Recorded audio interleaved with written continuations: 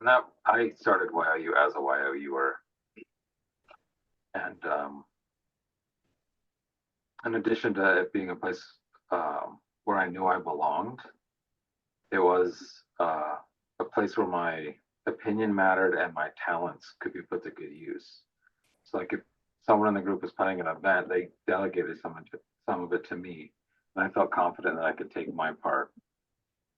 So through that, I got to build my leadership skills.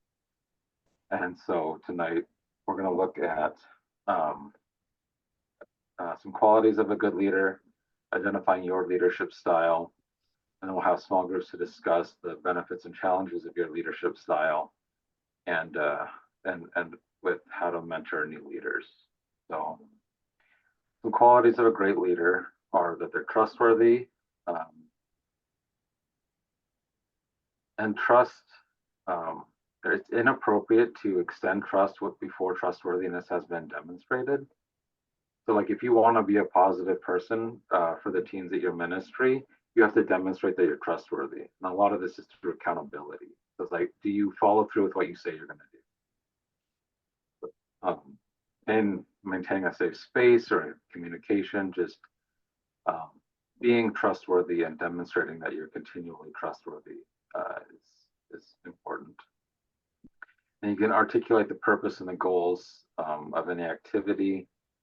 Exemplifies the culture. So if you're creating a safe and trusting space, are you being that safe and trusting person all the time? Recognizing accomplishments, giving credit where credit's due. I think this is just a great way to empower your teens. Being empathetic, practicing honesty, and admitting when you don't have all the answers. I think that's an important lesson for leaders. It's like you don't have to know everything, and when you don't, just say, "I don't know, but I'll find out," or "Let's go find out together." Another great one is understanding your group's strengths and empowering people to act and build on those strengths. And communicating effectively, demonstrating your commitment. Big picture thinking, so like thinking beyond just next Sunday, but when's the next rally? How's this fit into our annual calendar? Kind of seeing how everything's connected and keeping that in mind. Encouraging innovation. So it's like, we haven't tried that before, but why not give it a go, see what happens. Actively listening, delegating, so that you can encourage and involve more leaders, showing curiosity, and demonstrating a strong emotional intelligence. So I'm going to read the leadership styles. Pay attention to which one you think resonates with you as yours, and then remember it's numbered because we're going to link to more information about each later before our discussion.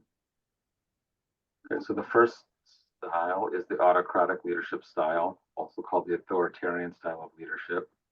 This type of leader is one who's focused primarily on results and team efficiency. Autocratic leaders often make decisions alone or with a small and trusted group and expect employees to do exactly what they're asked. 2 is bureaucratic leadership style. Bureaucratic leaders are similar to autocratic leaders in that these leaders expect their team members to follow rules and procedures precisely as written. The bureaucratic style focuses on fixed duties within a hierarchical system where each employee has a set of lists and responsibilities, and there's little need for collaboration and creativity.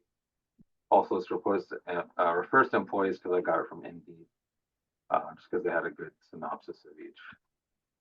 Coaching leadership style.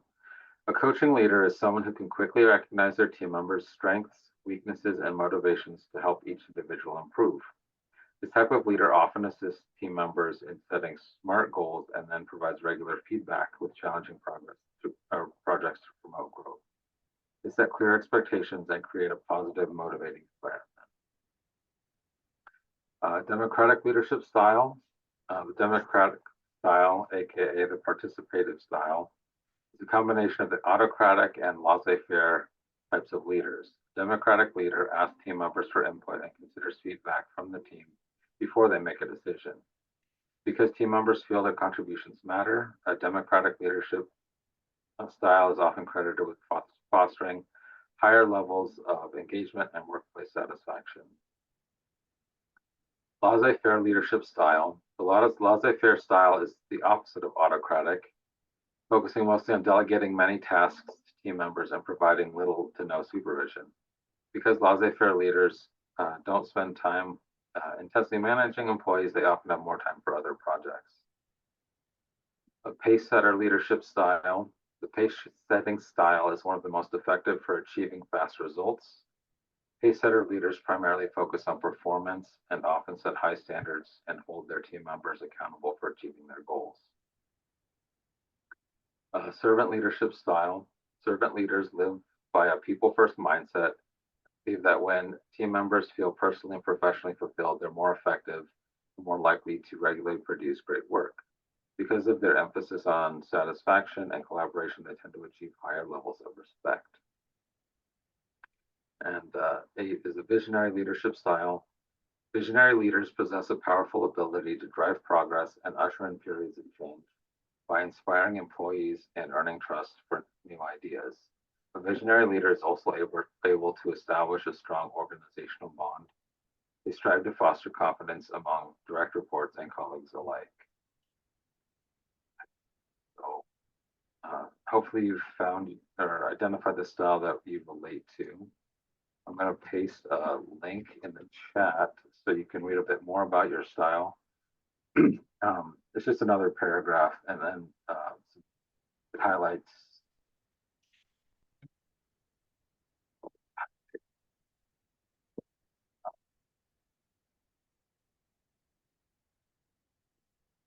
chat. So stop sharing. A couple of thoughts to wrap things up. One good indication of a leader is their followship. That's how they support the others that are leading. Thankfully, we're not all leading all the time. But like, how are you supporting those that are leading when you're not? And this also involves knowing when to step aside and let others lead and fully supporting them in that. And so I'm gonna talk about the 5 phases of mentoring leaders. So as you identify leaders in your YIU group, here's kind of how you can prepare them to fly on their own. So for example, if you're planning a chapter activity, this introduces some of the logistical components. So say you want to get together and bake cookies on a Saturday for a bake sale, it's going to be on Sunday. So you need to see if the church is available, right? So you take your YOU with you, go to the church administrator, say, hey, is the space available, next Saturday for us to come in and bake cookies? And then the next time something like that comes around, it's like, oh, let's go together. And you each take part in that conversation. And then, well, you go and I'll be there to support you if you need it. And then finally, it's like, you can do it. And if you need support, let me know and I'll come help you. And then finally, they know how to do it, so then they get to teach someone. So they go through those same steps. So it'll like, well, come watch while we have this conversation, so that you know how to do it someday on your own. So as you're taking on leadership, different responsibilities, also look to how you can pass those responsibilities on, even just temporarily, so that you can help YRUers grow in their leadership skills and experience. That's all I've got for this evening. Thank you for